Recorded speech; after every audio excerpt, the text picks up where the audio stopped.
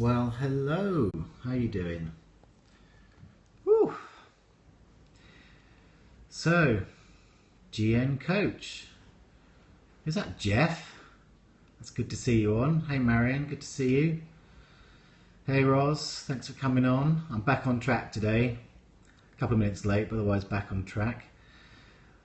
Hey Rob, didn't see you coming, that's good. Hey Indra, good to see you. Fabulous, thank you for sharing. I'd love you to share if this resonates with you, if you saw the title. Hey Roz there, good to see you. Fantong, or Fanto, that's an interesting name, I'm not sure that. Hey Steph, good to see you, thanks again for sharing. Please do share if this resonates. This is part 3. Good morning, Joel and all. Hey Fowd, good to see you. Is it Fowd? I don't know why I have a problem with it. It's like sticking in my brain, but I know it's Fowd. I'm going to say Fowd. Good to see you. Just a quick pop in. Okay, good to see you, Ray. So we're doing, I'm back onto the track of the 3-part series, which is kind of getting personal. We've done my struggles, we've done my search, and today we're going to do my purpose. And I'll talk about how I came to be doing what I do, and I am, if you're new to me. All One Love 13, beautiful name. Thanks for coming on my scope. I scope every day at 2 o'clock with a few exceptions just because of various life commitments. I scope about non-personal awareness. I scope about ending the struggle, ending the suffering in your life, and bringing more of your dreams to come alive. My name is Joel Young, if you haven't met me, and I'm the creator and custodian of MPA. So we're on day 3 of talking more about my personal stories. Let me turn it around and say hi to you guys. So today I'm going to talk about purpose. If you think that resonates with your folks, please do share it. It's a swipe right on an iPhone and then hit share, swipe up on an Android. I love those namaste hearts there. Very clean keyboard, Joel. I recently bought some screen spray and some stuff and gave my computer some love. It was a bit wrecked. So how are you guys today? I've had a couple of days of family stuff, but back here today. Licked Lolly. Oh my God, that's a brilliant handle. What's your name, sweetheart? It's really good. Licked Lolly. I love that name. Hey Heidi, thank you for sharing. That's great. Manon, Kieran, something difficult. Lol, Leslie Licked Lolly. That's brilliant. Thanks for coming on. So I think I'm going to dive straight into it, really. Thank you for the guys you guys that have shared for it. So if you didn't catch the last 2 of this series, nice name, yeah. I talked a little bit about well, basically the background of doing these 3 scopes is I've done a whole bunch of scopes, and someone said to me, well, Indra specifically said to me, you know, you've shared some really good information, but people don't really know necessarily how you've come to be doing what you're doing on Periscope anyway. Beautiful morning, hope all is well with you. It is today, Fowd, yeah, thank you. And so she really encouraged me to sort of really just do 3, just look, here I am, this is what I'm about, this is where I've come from. And I thought about it, and I thought, well, I can do it over 3 different scopes. And I started off talking about the struggles that I've had and all the sort of my history of, you know, what caused all the pain, if you like, that caused me to end up doing what I'm doing. And I kind of, just to recap that, sort of the main themes in my life have been sort of neglect, an overdeveloped sense of sensitivity, which is a gift and a trap. It's great that you've both shared who you are. It makes you guys more real, yeah. Beautiful. Yeah, I definitely, I mean, Indra, I'm always promoting Indra and her scopes. She scopes every day at 2:30. She's been a great inspiration to me in terms of really, you know, just letting even more of just opening up. And scoping, I've found, is a great medium because it's live. I've done a lot of videos which are kind of scripted and planned and those kind of things. Hey Sherry, good to see you. And so it's been a really interesting experience. I said before, I've shared my story a lot from stage, and I've taught all around the world and to large groups, but it's interesting to do it, and you guys feel so intimate, you know, so it's really lovely to share the story. So I talked about neglect, sensitivity, plus I talked about the sexual abuse that I'd experienced, and my path from sort of demasculation to remasculation, and those have really been the themes in my life. And then on the second part I talked about my search. So out of the pain, and this is true, I've said it often, also have to go look at 1 and 2. Great. Okay, yeah, do check them out. There's a couple of days in between because I had a death in the family. So it's been an interrupted. It hasn't been 3 days straight. So if you look back 3 and 4 days ago, you'll find them. But they're marked getting personal. But I'd love you to watch those replays. And then I talked about how, as many of us who end up sort of on the awakening path and good, yeah, I think it's great. Again, I was inspired. I don't know if Indra, if you're still on, if you just come on to share, but if you put some hearts up or something, then Lick Lolly can definitely follow you, because again, she was definitely my inspiration for really sharing this in this way. And if she's not still here, then it's Silent Moon Imaginarium on here. Or Solomon Indra. Oh my God, I should know that. Okay. So out of the struggles came a search, and I kind of stumbled into it. So part of that for me was I started reading tarot cards. I taught something, or I did the journey work, which is very emotionally focused, for many years. And I taught that all around the world, and it really goes into your history, into emotions, into dialoguing, really meeting the core pain and going into the source of who you are. Silent Moon on Scope. I think it's Silent Moon Indra, isn't it, on Scope? And then also I talked about how I also work with Byron Katie, and that helped me sort of get in touch with dealing with thoughts and those kind of things. And also did shamanism. There's all of these things that I tried. That, and of course the drugs and the alcohol, you know, and all of those other hedonistic things that were escapes from the pain that didn't work. And many of those things that I tried, they worked, and I can definitely look back and see that part of the path. But really, what really brought me into you're in recovery. Okay, great. And amen to recovery. So one of the things, and then so today I want to talk about MPA, because I talk about the non-personal awareness and MPA. And this really came to me and has become my calling, my purpose in terms of what I share, or at least the foundation, because I still share many different things, but it's like, it's what I teach, it's kind of my own system. But I want to talk to you a little bit today about, firstly, how it came about, which is quite an interesting story, but also how I see it fit into the whole picture, and how often our life's purpose doesn't come straight away. I said yesterday, it's like I've been through so many different iterations of different companies and different roles, if you like, and it wasn't until 2007 really where MPA came along. So let's talk a bit about that really. So MPA stands for non-personal awareness, but I say it was born in 2007, but it was definitely conceived, so to speak, in 2006. And the way it happened was quite interesting, because I was in India, I was on a yatra, and a yatra is like a spiritual pilgrimage, and we were going through various different spiritual sites. At the time I was doing a satsang, I was teaching the journey all over the world, and I was on a group with journey folk. There's about sort of 85 of us sort of roaming around India. And there was lots of amazing experiences there, but the one that really, I think, relates to what I do now, and relates to ending my search in a way, was we were in southern India, and there's a place called Arunachala, which is a mountain. I always thought it's stoof for non-personal attachment. You have to, I understand that. I thought there must be a typo. Always thought it stood, non-personal attachment. Okay. Well, it is in a way a lot about getting less attached to your identities, for sure. So I was in southern India. Tiruvannamalai is the town, and it's famous for Arunachala, which is a mountain which in the Hindu tradition is called the feet of Shiva, Shiva being the god of fire and destruction and creation. And it's also famous for Sri Ramana Maharishi, who's a well-known saint and guru, if you like. And he's famous for the question, who are you? Which is kind of a deep self-inquiry question. And at the time, and I said, you know, I did that scope with Indra about, you know, be your own guru and all of those kind of things. But it was one of those things where he was probably, of all of the sort of different people and places we visited, he really connected to me in some way.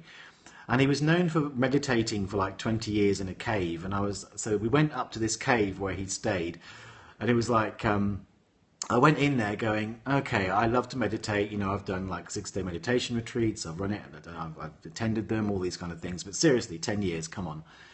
So, so I went in that cave thinking, how can you meditate for, 10, 20 years, And I sat down, and the best way I can describe it, it was like, boom, I disappeared. Now, just to explain that, because I mean, about 2 hours later, I reappeared, but it was the end of that click, or in the same moment.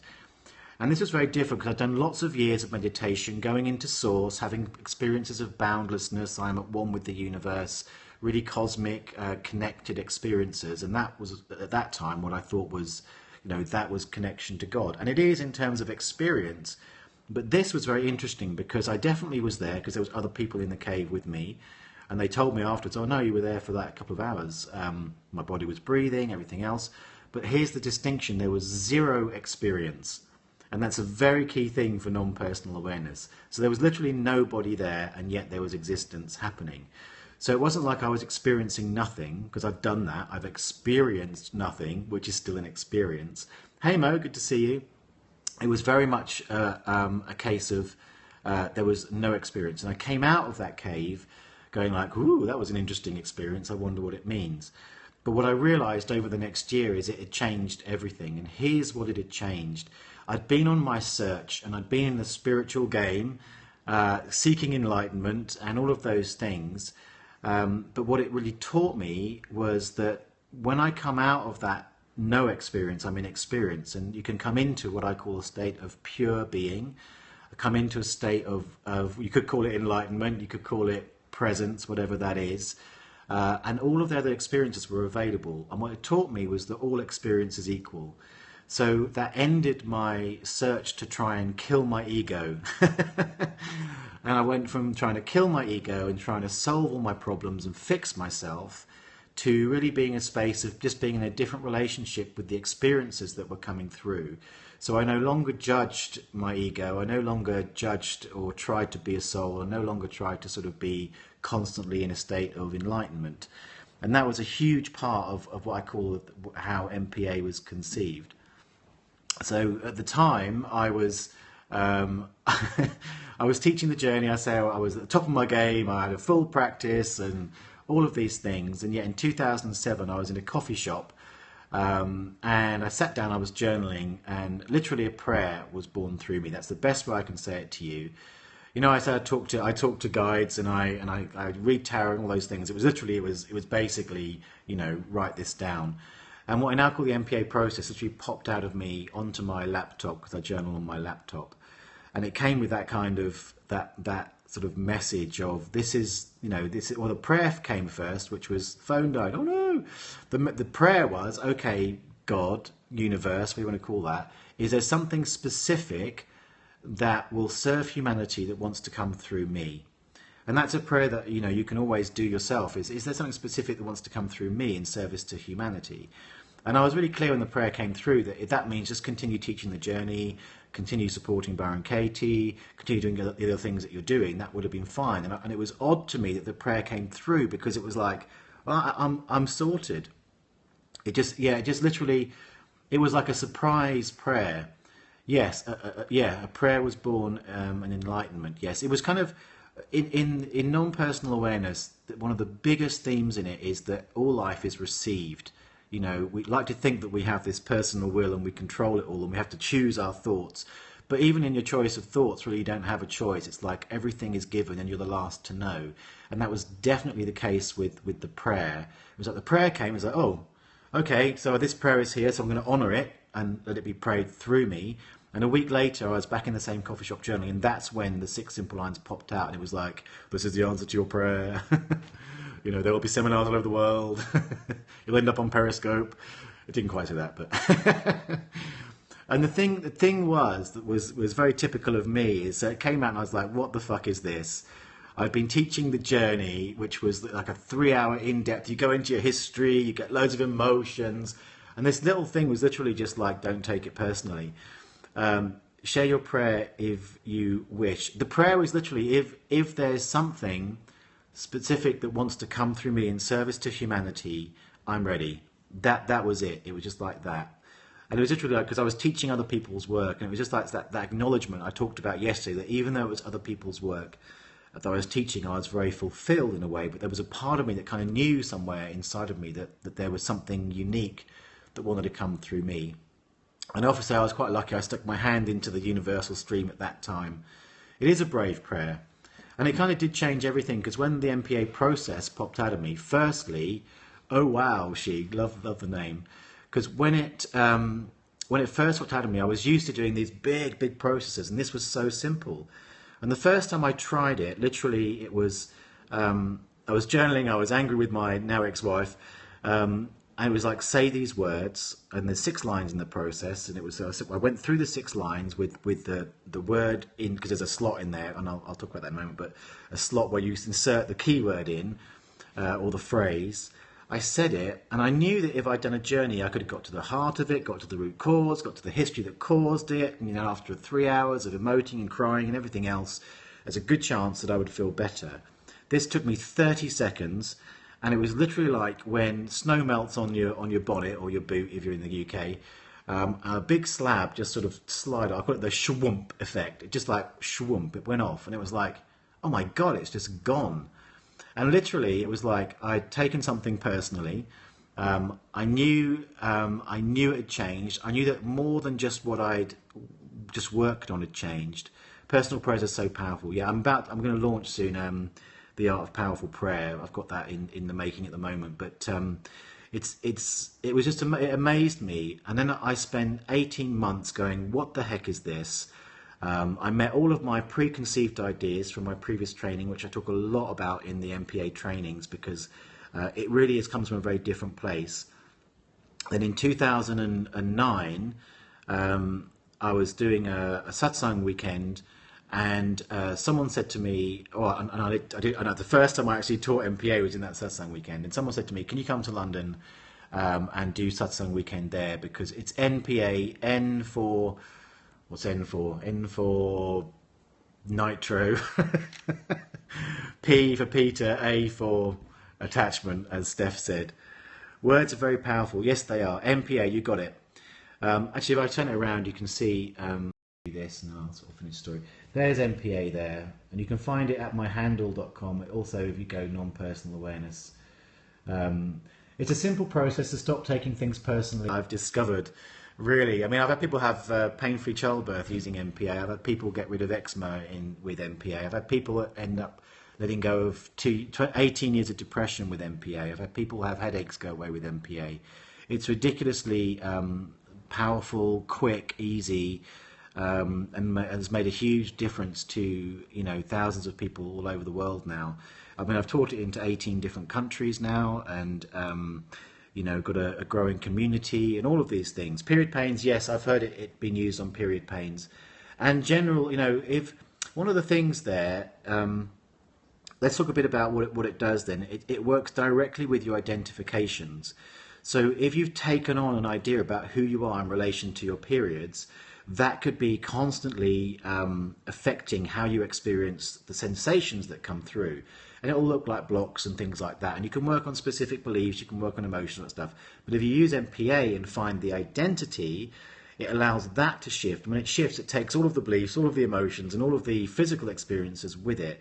So it's very powerful, very highly leveraged to make a difference, whatever that situation is. So it works well with lots of different physical, emotional, and behavioural things. So I started teaching in 2009. I was doing a satsang weekend. A woman said, can you come to London for satsang? And I said, no, but I will come if you organise an MPA day, which is what she did, and that was the beginning of it. And I've taught it in lots of different places. I teach it online in all sorts of different areas. And here's the thing I want to share is, because what I realised is that it's a calling for me. It was like the prayer was born by itself. The answer came in a way I just didn't expect. It took me a long time to come to peace, really, with the simplicity of it, come to understand the power of it. And then it's taken me even longer to learn how to share it and impart that, because it's one of those things that you say, well, it's 6 simple lines, it's just words. You don't always experience everything. Things change. What does it do? Like, what's the mechanism of it? And all, because I've got a very questioning mind, right? So it's taken me a long time to really understand how to share it. Most people meet it as a simple way to stop taking things personally. That's how I introduce it. When they get into it, they realize that taking things personally is one of the primary mechanisms that we use to cause ourselves suffering. I talk about how really what we do to suffer is we stop the cycle of experience. Experience comes to pass, we stop it. And how MPA allows it to, first of all, I love that it all came together in time. Yeah, it takes time. I'm an experiencer. Are you like the UK version of Louise Hay? Just younger and male. Well, I don't know. I mean, I started, I don't know if I talked about it on the first day. Didn't know you were back. No, I'm back. You have to catch, I've covered a lot of it. You have to catch the replay. But we're talking about MPA because that's really become my purpose. It's the theme. It underlies everything I do. So I teach MPA. I've got another company with a friend of mine, which tends to be more focused on corporates, which is called Dogma Detox. That's dogmadetox.com. But that still uses the non-personal background. I do the journey work still. I do readings and with tarot and stuff like that, but very rarely. But I do read the cards still and those kind of things. I still and the shamanism stuff. So I still all do all that stuff. But my core thing underlying it are the principles of non-personal awareness. What's your favourite book? It's not a wise one. If you want my favourite, I'm not. You know what? I'm not much of a reader. I'm much more of an experiencer. Books have to jump off the shelf, bash me around the head for me to read them. My favourite book of all time is actually a series of about 7 books. You do journey work. Yeah, I used to teach the journey, Melissa. I was one of the first teachers of the journey. I've worked with Brandon I worked with her for about 12 years. We kind of parted ways, but we had some disagreements, as you do. But I used to teach the journey. I was the first one to teach it in France, in Israel, in Estonia. Obviously taught it in the UK. You know, I've taught it all over America. So yeah, I used to teach the journey. That was one of the main things that I did before MPA came along. So that was part of my path. You want to do that? Okay, good. Well, it's I still use it in my practice in Harley Street, so I still use it. But most of the time with people working one-to-one, I use MPA because you can do so much. I want to shave your butt hairs off and braid them into a doll. Well, that's a very interesting and probably quite sick thing to want. So you're gone. Comment King, an interestingly odd and wrong name for him. So I want to tie it together really with how this relates to my personal story and purpose. So what I want to say to you in terms of what, from my experience to offer you is that, you know, we often chase a purpose with our minds.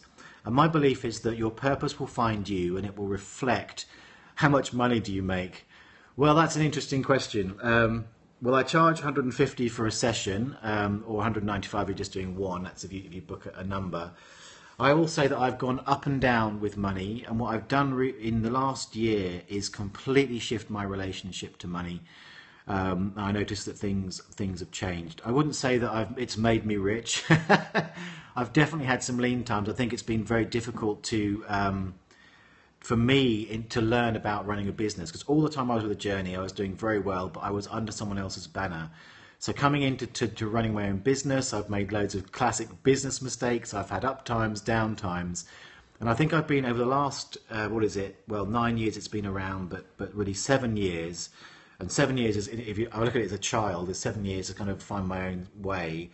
I think I'm only just really coming into understanding how to share it with people in a way that connects, how to really understand how to relate what it does to people, which is tricky because it seems so simple, and really to share with people how important it is if they want to make the most of MPA, which is an amazing thing, to really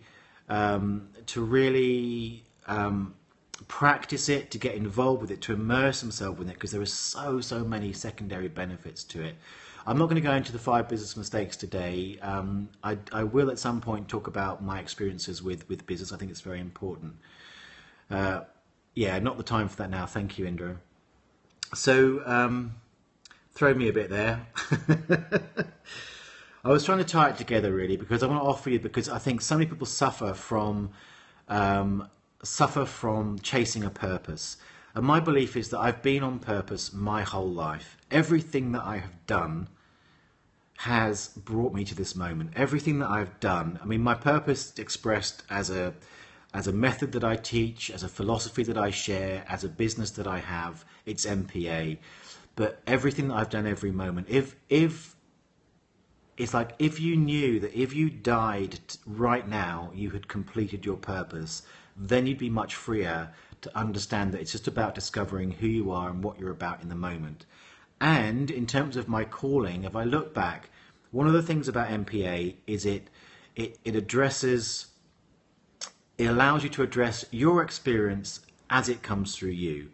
When I taught the journey, I realized much later the journey is very much focused on emotions. It has an agenda about getting you into a space of emotion. Now that's not necessarily a bad thing, because at the time I needed to get more in touch with my emotions. But it doesn't, if you're not an emotional person, you do the journey, you're going to be dragged into emotions that might be difficult. The work of Byron Katie works on thoughts and beliefs, as do many other modalities. And so if you're in pure emotion, you're much more emotional, you have to be dragged to the world of thought to suit the modality. MPA is very open, it's very agendaless. That's why it's so good with autistic people, because it's got no agenda about it. A great success there. And it works with identity, so you can change all sorts of beliefs, but if the identity, which is a very creative identity, what I mean by that is I'm not good enough as a belief is one thing. I'm not good enough as an identity has its whole life. It's like a person living with you, you're giving power to it, and if you can shift that identity so that you're thinking I am the person who has low self-esteem, then it's so strongly embedded in you and very hard to move. And you can change part of its belief system, but it will just get creative and throw something else at you. You have many emotional berries, okay? So MPA will work with that. As you express it is how you connect with it, which is how you do in everyday life. There's nothing special you have to do. And when you shift it, you're then able to let go of all the beliefs, all the emotions, all of these things. So if I look back at my history, I had to learn about emotion through the journey. I had to learn about really working with the mind with Byron Katie. I had to learn with beingness with the shamanism that I did, and even with the tarot cards and reading energy and all of those barriers. Thank you, Val. And even with the tarot cards, it taught me about the world beyond the self, because fundamentally MPA is about getting out of your own way. It's about noticing that, yes, we can be very self-centered in our personal growth, thinking that we create our own reality, and that if we only heal ourselves, then the world will change, which I often say is a very pre-Galileo view of the universe. So before Galileo came along with his telescope, we thought that the Earth was the center of the universe and everything revolved around us. But the truth is we're on the edge of a spiraling galaxy, and there's nothing that we on Earth can do about the spiraling galaxy. If it spirals around and hits something, we have no control over that. And MPA will come from a space of surrendering to honouring your own personal experience is very important, but also understanding that there's something beyond the self, and if you can learn to change your relationship with that, then you're in a place of much more flow, much more peace, much more power, paradoxically, power to receive the life that God or the universe is giving you, power to honour who you are, even whether that's egoic and being an arsehole, even if that's being like in the journey of the soul, even if that's being enlightenment, they're all available to you, and that gives you much more availability to life itself. And that is what I'm passionate about. I'm passionate about if anything is causing you, experience isn't bad, even some of the bad stuff, but it's causing you suffering and you want to change it, then MPA can really help you, and that's why I love to share it. So kind of that's the whole gamut of my story. Let me just give you one last chance about MPA. Do go to the website. Oh, thanks, Kelly. Must listen more to our inner core. Yeah, Joel Young MPA, which is my handle.com, will get you to the site. You can download the process so you can try it out for yourself for free. Have a look around. I've got a basic training program. Stay in touch on social media. My Facebook is MPA Rocks. There you go. I want to thank you for sharing. I will skip every day. No idea what I'm doing tomorrow, but I will get. I'm just over time now, but I'm going to hop on to Periscope. She's doing meditation today. It's her Wild Woman Wednesday. She always has meditation. It's Silent Moon, Indra on Periscope. And I really appreciate over these 3 scopes the support that you've shown me, plus with the death of my family the last couple of days. You guys have been great. And please share this again if you think this is going to help someone get in touch with their purpose. And I love you all, and I will see you 2 o'clock tomorrow. Mwah. Big hugs, guys. See you soon.